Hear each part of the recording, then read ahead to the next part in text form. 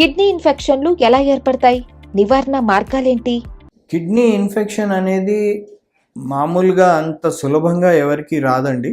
బాగా షుగర్ ఎక్కువ ఉండి కంట్రోల్లో లేని వాళ్ళకి తరచూ చూస్తూ ఉంటాము. ఈ కిడ్నీ ఇన్ఫెక్షన్స్ వచ్చేసి కిడ్నీ ఫెయిల్ అయిపోయి మా హాస్పిటల్లో ఐసీయూలో అడ్మిట్ అవుతూ ఉంటారు. అది జనరల్లీ పెద్దవాళ్ళకి కానీ షుగర్ ఎక్కువ ఉండే వాళ్ళకి చూస్తూ ఉంటాము.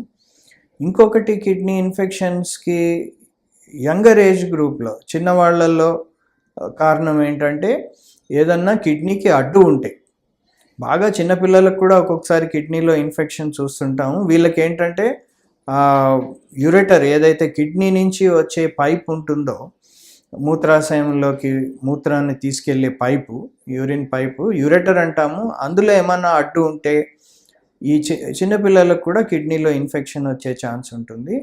ఇంకొకటి ఏంటంటే స్టోన్స్ ఏమన్నా కిడ్నీలో ఉన్నా కానీ ఆర్ పైప్లో యూరెటర్లోకి వచ్చి స్టోన్ ఏదైనా బ్లాక్ చేసినా కూడా కిడ్నీలో ఇన్ఫెక్షన్స్ వస్తూ ఉంటాయి. ఇవి చిన్నవాళ్ళల్లో చూస్తూ ఉంటాము. పెద్దవాళ్ళల్లో ఎప్పుడు షుగర్ వలన ఇన్ఫెక్షన్స్ రావటము, దీనివలన కిడ్నీస్ డ్యామేజ్ అవుతూ ఉంటాయి.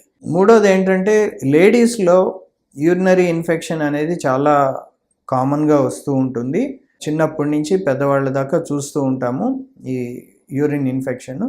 ఒక్కొక్కసారి వాళ్ళ ఇమ్యూనిటీ బాగలేకుండా ఉంటే ఈ మూత్రాశయంలో వచ్చే ఇన్ఫెక్షన్ పైకి కూడా కిడ్నీస్లోకి స్ప్రెడ్ అయ్యే ఛాన్సెస్ ఉంటుంది. అప్పుడు కూడా కిడ్నీలో ఇన్ఫెక్షన్ వచ్చి కిడ్నీస్ ఒక్కొక్కసారి టెంపరీగా షట్ డౌన్ అయ్యి దాన్ని మనం ట్రీట్మెంట్ అది ఐసీయూలో పెట్టి చేయాల్సి వస్తూ ఉంటుంది.